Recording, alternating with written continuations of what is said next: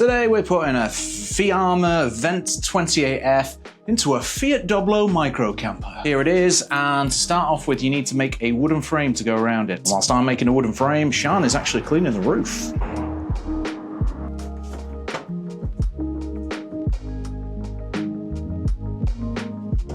To make the frame, I decided to go with half lap joints because it just seemed like the easiest way to get it perfectly square. And to do that, you just make a line of the thickness of your wood, use the stopper to set your drop saw to a specific cut depth, put a piece of wood behind, and then you just go backwards and forwards, just chopping the wood away.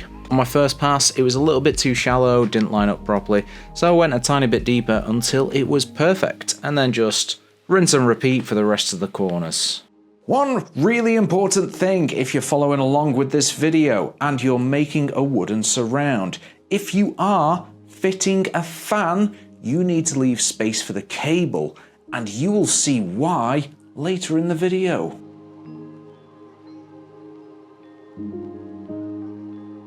This probably seems a little bit like overkill, but every time I try to make a square using 45-degree slanty angle things, never works. Plus this is for my friend's van, so I want to do things as good as I can possibly do them.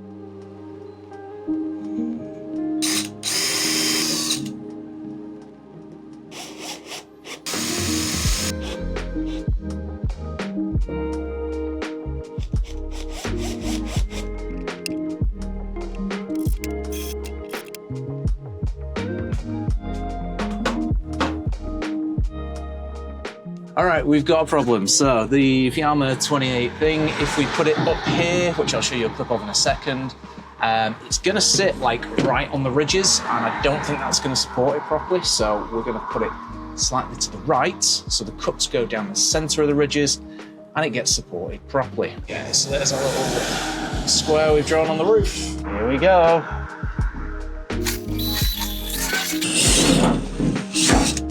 There's a hole in your roof.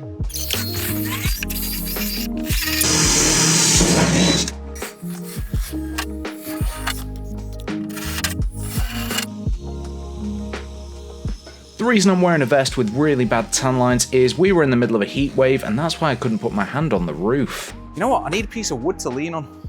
It's so hot. Oh my god. So Sean is trying to attach a bag underneath to catch all the filings. On the top now we've got 4 big holes and some masking tape. That's so it doesn't scratch the top as much.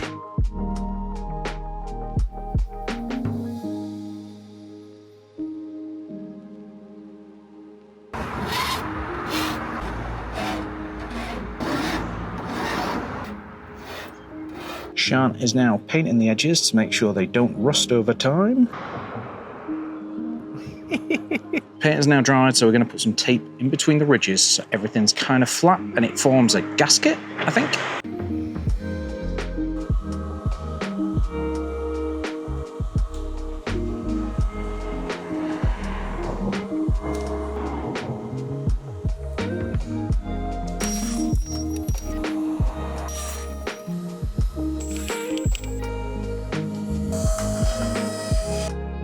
Here I'm adding Sikaflex to all the ridges around the roof hatch before I stick it down to make a waterproof seal. Make sure that's definitely the front. Yep.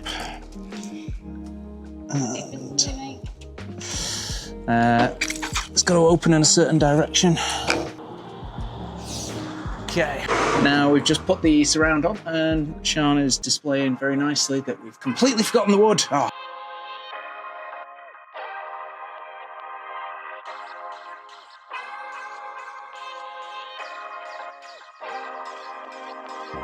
There we go, so the final thing is pulling the tape off if Sean can actually reach it. Really hard to do a bang when you're so small. Might have to time lapse this, didn't realise it was going to take so long. I'll help with the front bits. Ta-da! So we've got the wooden surround that has some Sikaflex, you can see that leaking out. The 4 corner screws are the main ones. They actually drill straight into the top piece and just squash everything together like a sandwich. When I was putting those in, it felt like the corner screws were at their maximum, but they actually weren't. I put most of the way in with an electric drill and then finished off with a hand tool to make sure I wasn't going to strip. But when I looked really closely, it still had a few millimeters, so I really needed to crank on them to get them in.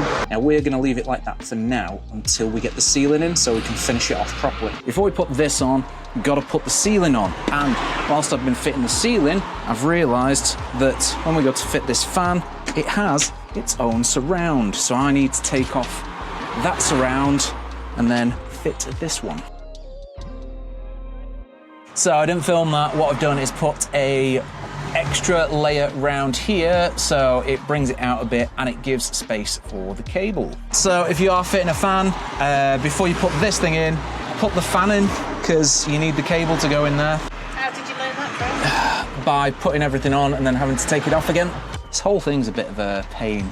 To put the fan in, you need to put the lid as high as possible, otherwise it won't go in. There's two little hooks, one here and then one here that the fan slides into, and then you put the cable down this little hole here. I think it's supposed to tuck under that, but I don't know how that's gonna happen. And then that wire is gonna plug into this little thing here before you attach it. Stop laughing. Wire is on. Forgot to film clipping the mesh in, but basically you hook it on the front there and then push it up into the two clips at the top there. You can just see one of the clips hiding there, and if you need to remove it, you need to put a really thin screwdriver in there, push it, and they'll clip out again. So that is the micro camper van ceiling hatch installed. Are you happy with your ceiling hatch fan thingy, Sean? Very. Cool. Right, so that's the end of the video, and as you can see, the ceiling's going up, so that'll be the next one.